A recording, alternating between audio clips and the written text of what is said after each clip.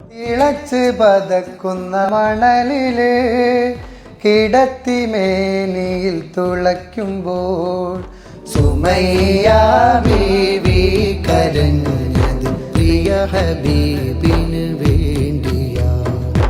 സാഹിത്യോത്സവമാണ് നമ്മൾ രണ്ടാളെയും ഇതിലേക്ക് എത്തിക്കുന്നത്. ഉമ്മാതിലും മേലെ ഇഷ്ടം എൻ്റെ നബിയോട്.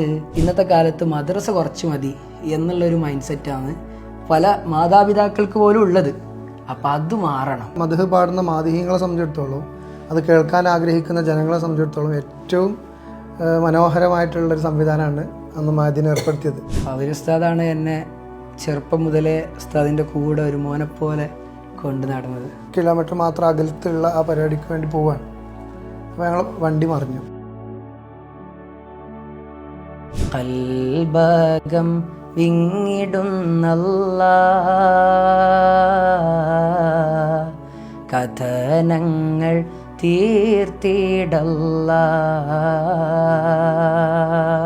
ലോകമേ കേട്ടിടേണമെൻ ഹബീബിനെ, കാലമേ സത്യമെൻ ഹബീബ് സ്നേഹമേ.